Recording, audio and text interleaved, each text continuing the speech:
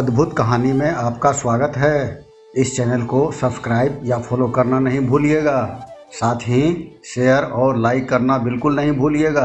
इसको आप Spotify podcast, Google podcast, Apple podcast पर भी सुन सकते हैं। इसका लिंक नीचे डिस्क्रिप्शन में दिया हुआ है। 7वां अध्याय, चंडमुंड का वध। ध्यान।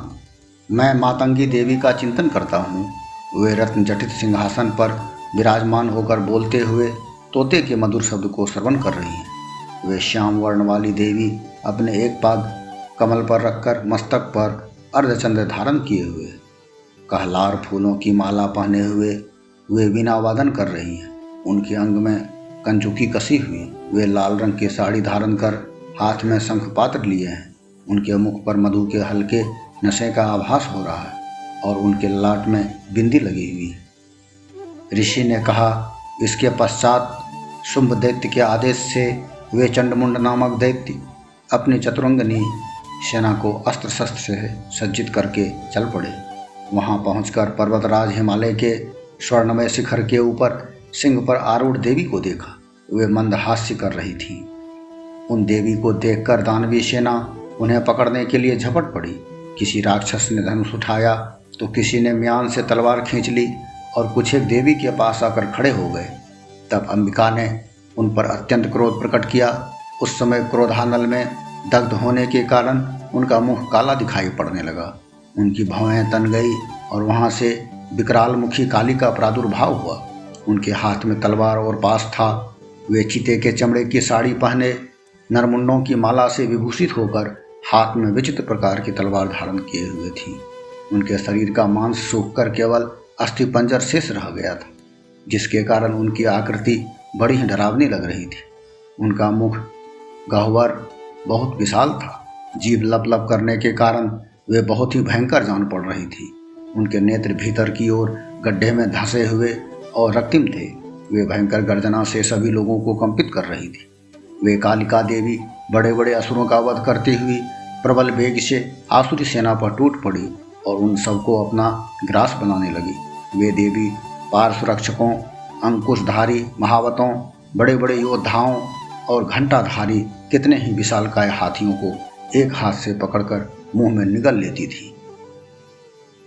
इसी प्रकार घोड़े, रथ और सारथी सहित रथी सैनिकों को मुंह में डालकर वे बहुत ही भयानक आवाज में चबा रही थी। किसी के बाल खींचकर, किसी का गला दबोचकर, किसी को पैर तल से रौंदकर और किसी को छाती के धक्के से भूमि पर गिराकर यमलोक भेज देती थी। वे दैत्यों द्वारा निक्षिप्त बड़े बड़े अस्त्रों को मुंह से पकड़कर दांतों से चूर चूर कर डालती थी। काली ने उन बलशाली दुराचारी दैत्यों की समस्त सेना को मसल दिया। कुछ एक को खा गई और कितने को ही वहां से खदेड़ दिया।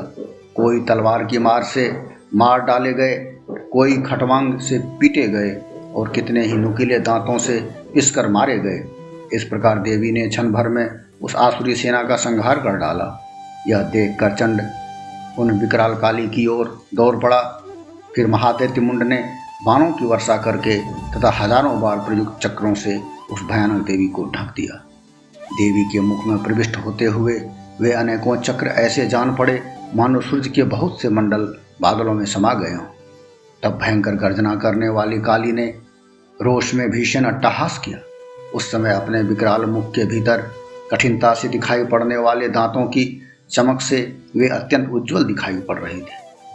फिर तो देवी ने बहुत बड़ी तलवार से हंग शब्द का उच्चारण करके चंड के केस पकड़ लिए और अपनी तलवार से उसका मस्तक धड़ से अलग कर दिया। चंड को मरा देख मुंड देवी की ओर दौड़ पड़ा।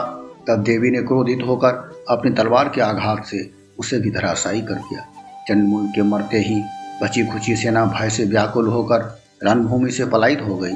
तब देवी ने चंडमुंड के कटे हुए मस्तक को हाथ में लेकर चंडिका के पास पहुंचकर विकट अट्टहास करके कहा, हे देवी, मैंने इस महापशु चंडमुंड को तुम्हें अर्पित किया है। अब युद्ध भूमि में तुम शुंभ और निशुंभ का स्वयं ही संहार करना। ऋषि ने कहा। चंडमुंड के मस्तक को देखकर कल्याणमयी चंडी ने काली से मधुर स्वर में कहा, देवी, तुम चंड और मुंड को लेकर मेरे पास आई हो, इसलिए विश्व में तुम्हारी ख्याति चामुंडा के नाम से होगी। इस प्रकार मार्कंडेय पुराण के सावर्णिक मनवंतर कथा के अंतर्गत देवी महात्म्य में वर्णित चंड मुंड वध नामक 7वां अध्याय समाप्त।